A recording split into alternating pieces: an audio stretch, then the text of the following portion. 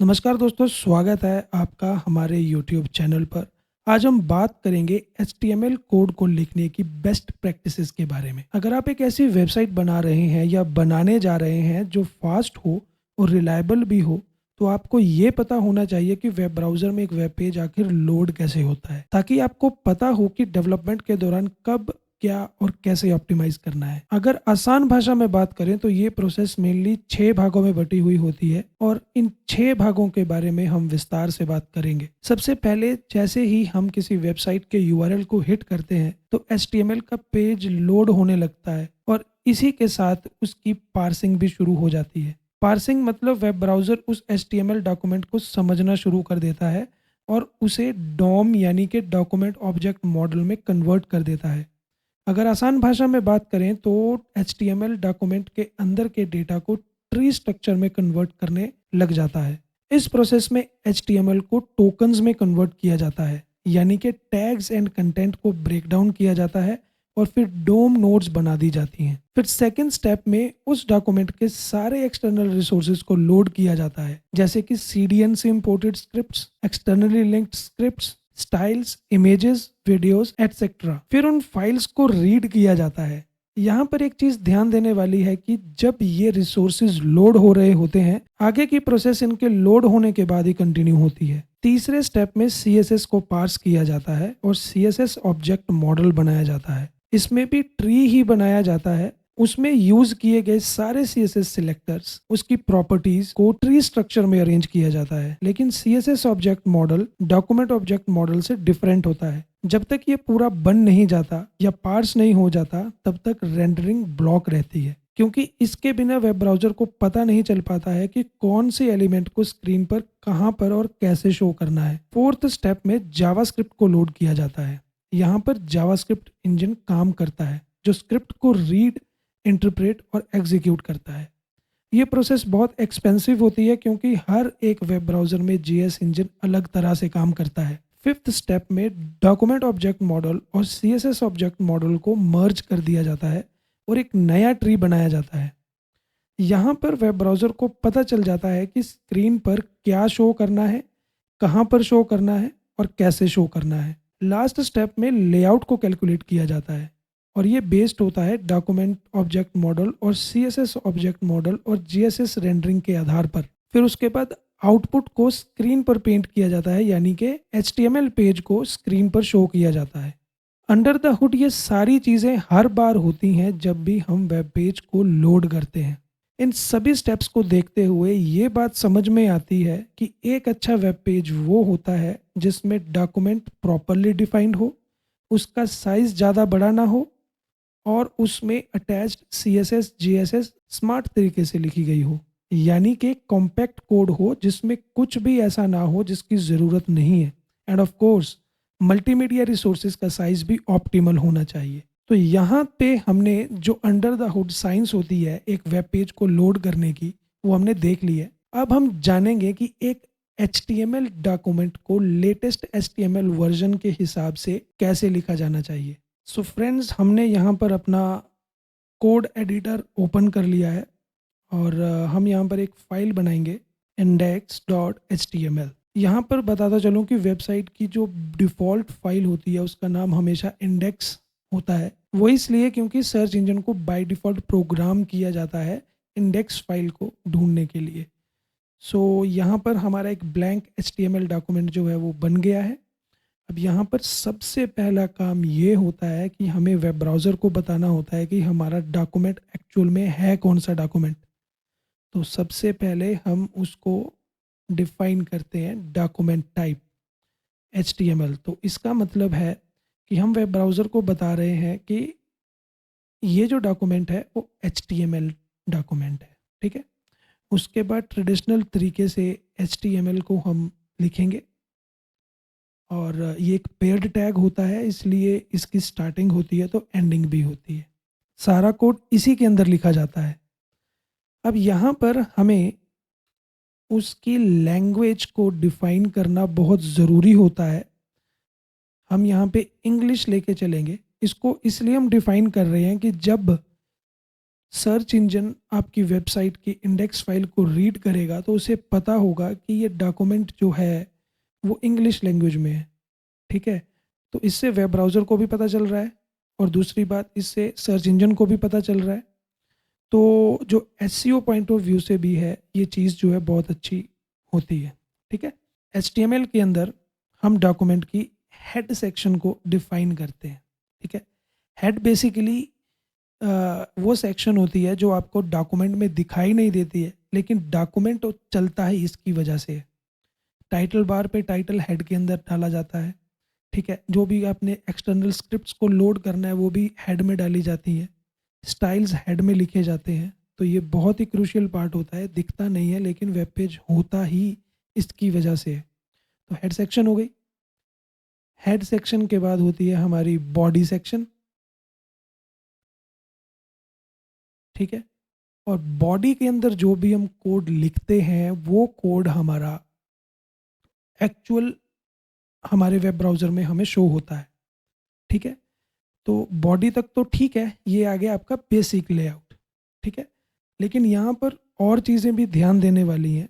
अब head section के अंदर जब भी हम आते हैं तो सबसे पहले हमें इस डॉक्यूमेंट का कैरेक्टर सेट डिफाइन करना होता है। वैसे तो बहुत सारे कैरेक्टर सेट्स होते हैं लेकिन हम इंग्लिश और हिंदी के लिए यूटीएफ 8 कैरेक्टर सेट का इस्तेमाल करते हैं। कैरेक्टर सेट क्या करता है, वो बेसिकली क्रॉस प्लेटफॉर्म कंपैटिबिलिटी को जो है वो इंश्योर करता है। तो चलिए यहाँ पर सबसे पहले कैरेक्टर सेट को डिफाइन करते हैं। हम मेटा टैग का यूज़ करेंगे।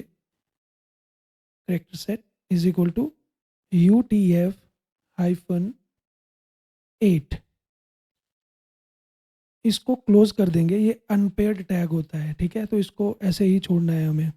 एंड में स्लैश भी नहीं लगाना है, जो कि बहुत से लोग लगाने की गलती करते हैं। इसमें नहीं लगाना होता है क्योंकि अब मॉडर्न वेब ब्राउज़र्स हैं वो ऑटोमेटिकली इस चीज़ को समझ जाते हैं। उसके बाद सेकेंडली हम क्या करते हैं, यहाँ पर पेज का टाइटल यहाँ पे स्पेसिफाई करते हैं। टाइटल, और ये पेयर टैग होता है तो उसका एंड भी होता है।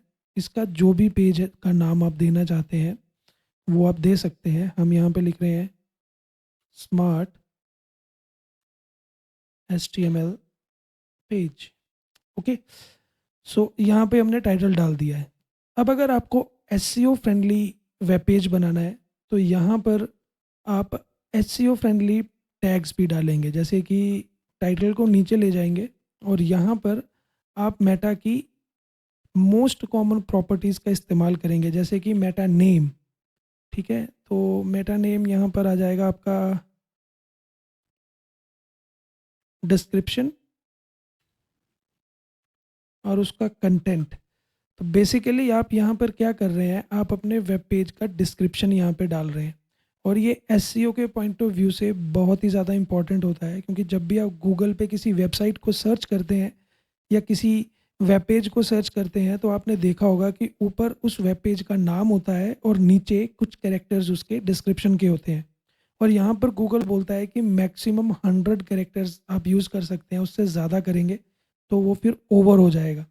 ओके, सो डिस्क्रिप्शन आ गया। उसके बाद हम कीवर्ड्स डालेंगे। जो कीवर्ड्स होते हैं ये सर्च इंजन ऑप्टिमाइजेशन के लिए बहुत ही ज़रूरी होते हैं। जैसे आप एक स्पेसिफिक ऑडियंस को अगर आप टारगेट करना चाहें तो यहाँ पर आपको वो कीवर्ड्स जो हैं वो मेंशन करने पड़ते हैं, ठीक है। तो अगर आपका पेज जो है किसी प्रोडक्ट से रिलेटेड है तो आप उस प्रोडक्ट के बारे में डालेंगे। इसके पीछे एक बहुत बड़ा रिसर्च होता है। सर्च इंजन ऑप्टिमाइजेशन का बहुत बड़ा पार्ट जो है वो कीवर्ड्स को डेडिकेटेड होता है। तो यहाँ पे जो कीवर्ड्स डाले जाते हैं वो बहुत ही सोच समझ कर डाले जाते हैं और गूगल या सर्च इंजन रिकमेंड करते हैं कि 4 या 5 से ज़्यादा कीवर्ड्स आप यहाँ पर ना डालें। तो कीवर्ड में हम यहाँ पे लिख देंगे सीधे HTML ट्यूटोरियल्स। अब जैसे हमने यहाँ पे HTML ट्यूटोरियल्स लिखा है तो अगर कोई भी व्यक्ति HTML ट्यूटोरियल्स के बारे में सर्च कर रहा होगा तो हमारा पेज भी कहीं ना कहीं इंडेक्स हो जाएगा। उसके अलावा मोस्ट इम्पॉर्टेंट टैग जो है आपका वो होता है व्यू पोर्ट का। तो व्यू पोर्ट बेसिकली क्या होता है, जैसे कि जिस तरीके से टेक्नोलॉजी दिन पर दिन इवॉल्व होती जा रही है, स्क्रीन्स के साइज़ कभी छोटे कभी बड़े, मोबाइल स्क्रीन का साइज़ छोटा होता है, डेस्कटॉप की स्क्रीन का साइज़ बड़ा होता है, फिर आजकल बड़े बड़े टीवी आना शुरू हो गए हैं। तो व्यू पोर्ट क्या करता है, व्यू पोर्ट जिस स्क्रीन के ऊपर इस पेज को लोड किया जा रहा है, उस स्क्रीन की डायमेंशन के हिसाब से कंटेंट को सेट कर देता है। और व्यू पोर्ट लगाने की वजह से ही आपका जो डिज़ाइन होता है वो रिस्पॉन्सिव बनता है। तो व्यू पोर्ट टैग जो है आज की डेट में बहुत ज़रूरी है, ठीक है? तो उसका नाम व्यू पोर्ट होता है, लेकिन जो उसका कंटेंट होता है वो कई तरीके से होता है। जैसे कि विड्थ आप यहाँ पर डिफ़ाइन करते हैं, इनिशियल स्केल आप डिफ़ाइन करते हैं, तो ये डिपेंड करता है आपकी रिक्वायरमेंट के ऊपर, लेकिन बाय डिफ़ॉल्ट जो होता है हम वो यहाँ पे लिखेंगे। तो width is equal to device width, ठीक है? कॉमा लगेगा, initial scale is equal to 1.0। अगर आप 1.0 की जगह 2.0 कर देंगे तो वो थोड़ा-सा और ज़ूम हो जाएगा, 3.0 पे और ज़ूम हो जाएगा।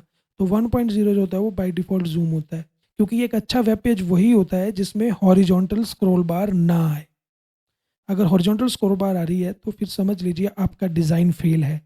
तो बेसिकली हमें क्या करना है, जो भी हम वेब पेज बनाते हैं, मेक श्योर कि उसमें हॉरिजॉन्टल बार कभी भी ना आए, किसी भी स्क्रीन लेआउट या किसी भी डायमेंशन में ना आए। सो यहाँ तक सारा हो गया है। अब यहाँ पर अगर आपने कोई एक्सटर्नल स्क्रिप्ट को या स्टाइल को इंपोर्ट करना है या फ़ॉन्ट्स को इंपोर्ट करना है, फिर आप यहाँ पर उस चीज़ को करेंगे। तो अगर आपको एक स्टाइल शीट को इंपोर्ट करना है तो क्या करेंगे हम? तो यहाँ पर हमने स्टाइल डिफ़ाइन कर दिया है। उसके बाद आप जो भी चीज़ें करना चाहें आप कर सकते हैं, ठीक है? अगर आप एक्सटर्नल फ़ॉन्ट्स का इस्तेमाल कर रहे हैं तो स्टाइल से पहले आप अपने फ़ॉन्ट की फ़ाइल्स को यहाँ पर इंपोर्ट करेंगे। अब गूगल फ़ॉन्ट्स में अगर आप जाएँ तो वहाँ पे आपको फ़ॉन्ट की लिस्ट मिल जाएगी। आप उसे डाउनलोड करके भी यूज़ कर सकते हैं और एज़ अ सीडीएन भी यूज़ कर सकते हैं। क्योंकि अगर आपकी स्टाइल जो आपकी सीएसएस फ़ाइल है, अगर वो इम्पोर्टेड फ़ॉन्ट का इस्तेमाल करती है तो पहले उस फ़ॉन्ट का लोड होना ज़रूरी है, उसके बाद आपका स्टाइल का लोड होना ज़रूरी है, ठीक है? तो यहाँ पर आ गए आपकी external CSS. Same goes with JavaScript, अगर आपकी आती है। वैसे तो जावास्क्रिप्ट को हेड में नहीं डालना चाहिए, ठीक है? उसको बॉडी के एंड में डालना चाहिए, लेकिन अगर आपका डिज़ाइन या फिर आपकी रिक्वायरमेंट जो है वो उसे हेड पे रखने के लिए मजबूर करती है तो आपको डालना ही पड़ेगा। अगर सपोज़ कीजिए कि आपकी जो सीएसएस फाइल है वो बहुत ही ज़्यादा हैवी है और आप चाहते हैं कि वो जो ब्लॉकिंग है वो बिल्कुल ना करे रेंडरिंग के टाइम पे, तो यहाँ पे थोड़ा-सा चेंज करना पड़ता है। रेल की जगह आप यहाँ पे प्रीलोड लिखेंगे और as is equal to style लिखेंगे, ठीक है? इसके साथ क्या होगा कि आपका जो एग्ज़ीक्यूशन है डॉक्यूमेंट का वो पूरा हो जाएगा, लेकिन जो आपकी सीएसएस है वो पहले ही लोड हो जाएगी और ऑटोमेटिकली आपका जो वेब पेज है वो आपको फास्ट दिखा देगी। उसके बाद आती है बारी जावास्क्रिप्ट की, ठीक है? तो मोस्ट प्रोबेबली हम जावास्क्रिप्ट को बॉडी के एंड में डिफाइन करते हैं, स्क्रिप्ट, ठीक है? So SRC is equal to script dot JS, ठीक है?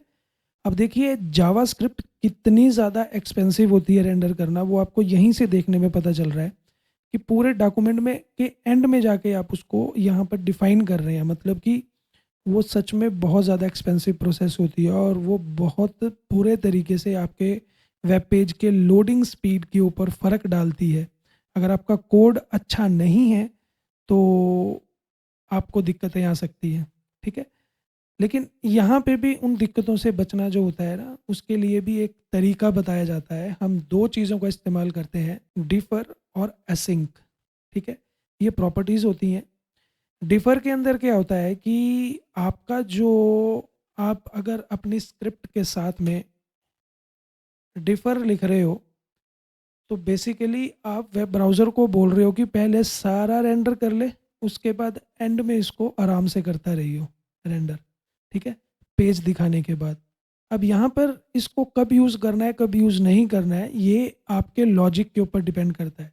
सपोज़ कीजिए कि आपने जो अपना वेब पेज बनाया है, उसमें एक ऐसा फंक्शन है, जिसके बिना आपका कोई टास्क परफ़ॉर्म नहीं हो सकता। मतलब कि आपने एक स्पेसिफ़िक फंक्शन बनाया है, जो वेब पेज के साथ में ही लोड हो, ठीक है? मतलब उसमें कोई डिले ना हो। तो उस केस में अगर आप डिफ़र यहाँ पे लिखोगे तो आपको इश्यूज़ आ सकते हैं। सो मेक श्योर कि आप डिफ़र यहाँ पे तभी लिखें जब आप उस चीज़ की मतलब को समझें। तो एक तो हो गया डिफ़र, दूसरा आता है हमारे पास असिंक। अब असिंक में क्या होता है कि हम वेब ब्राउज़र को ये बोल रहे हैं कि ठीक है यार, तू अपना एग्जीक्यूशन साथ में करता रहे, अगर तेरे को लगता है इसको लोड करना है अभी तो कर लेना, अगर नहीं लगता है तो बाद में देखी जाएगी, ठीक है? अब यहाँ पर सीन ये होता है कि ये हमें भी पता नहीं होता और वेब ब्राउज़र को भी पता नहीं होता है कि कब उसको करे लोड, कब ना करे लोड, ठीक है? समटाइम्स लेकिन इसमें ना ऑर्डर का इश्यू आता है। सपोज़ कीजिए कि आपके पास 3-4 स्क्रिप्ट्स हैं, ठीक है? और वो लाइन वाइज़ जो है वो रेंडर होनी थी। तो यहाँ पर जब अगर आप असिंक फंक्शन लगा रहे हो ना, तो ये वेब ब्राउज़र के ऊपर डिपेंड करता है कि वो कौन-सी फ़ाइल सबसे पहले लोड करेगा। अगर आपने कोई एक ऐसा लॉजिक लिखा था जिसमें पहली 2 फ़ाइल्स जो हैं, वो पहले रेंडर होना लिखा था आपने, मतलब आपने आपका कोई एक फंक्शन है लास्ट फ़ाइल में, जो ऊपर की 2 फ़ाइल्स के अंदर के ऊपर डिपेंड करता है, तो उस केस में यहाँ पर आपको दिक्कत आ सकती है। हो सकता है कि वो तीसरी फ़ाइल को पहले ही लोड कर दे, और अगर वो कर रहा है और अगर आपका लॉजिक जो है वो प्रॉपरली आपने उसको उसके अंदर आपने उसकी एक्सेप्शन हैंडलिंग नहीं करी है, तो वहाँ पे आपको वेब पेज पे एरर देखने को मिल सकता है। और अगर एरर किसी भी तरह का आ रहा है, अगर एरर है या वार्निंग है, अगर आपके पेज के ऊपर आ रही है, तो वो डायरेक्टली इफ़ेक्ट करेगी आपकी एसईओ कैपेबिलिटीज़ के ऊपर। As a front end developer आपका जो मेन गोल है वो यही है कि जो आपका कोड आप लिख रहे हो, वो कोड W3C स्टैंडर्ड्स को कंप्लाई करता हो। मतलब कि आपके कोड के अंदर आपने कोई भी ऐसा काम ना किया हो जो कि W3C स्टैंडर्ड्स को फॉलो नहीं करता है। अगर आपका डॉक्यूमेंट जो है W3C वैलिडेशन चेक को पास करता है, दैट मीन्स कि आपका कोड जो है वो एक हाई लेवल कोड है। ये कैसे पता चलेगा कि आपका जो वेब पेज है वो W3C स्टैंडर्ड्स को फॉलो करता है या नहीं करता है? तो उसके लिए एक वेबसाइट होती है जहाँ पर आप अपनी वेबसाइट को टेस्ट कर सकते हैं, या फिर आप अपने कोड के स्निपेट को भी टेस्ट कर सकते हैं, ठीक है? तो हम उस वेबसाइट को भी एक्सेस करेंगे, लेकिन उससे पहले इस कोड को कॉपी कर लेते हैं। आप गूगल पे जाके W3C वैलिडेटर लिखेंगे, तो आपको यहाँ पे ये वेबसाइट दिखेगी validator.w3.org, ठीक है? आप इस वेबसाइट पे जाएँगे, ये कुछ इस तरीके की दिखती है। अगर आपकी वेबसाइट जो है वो ऑनलाइन सर्वर पे होस्टेड है, तो आप उसका यूआरएल डालेंगे। अगर आपके पास पूरी की पूरी फ़ाइल है, तो वो यहाँ से अपलोड करेंगे, और अगर आप डायरेक्ट इनपुट डाल सकते हैं, तो आप वैसा करेंगे। हमने तो अपना कोड छोटा-सा लिखा है, तो हमने उसे कॉपी कर लिया है, यहाँ पे हम उसे पेस्ट करेंगे और मैं यहाँ पे इसे चेक करूँगा।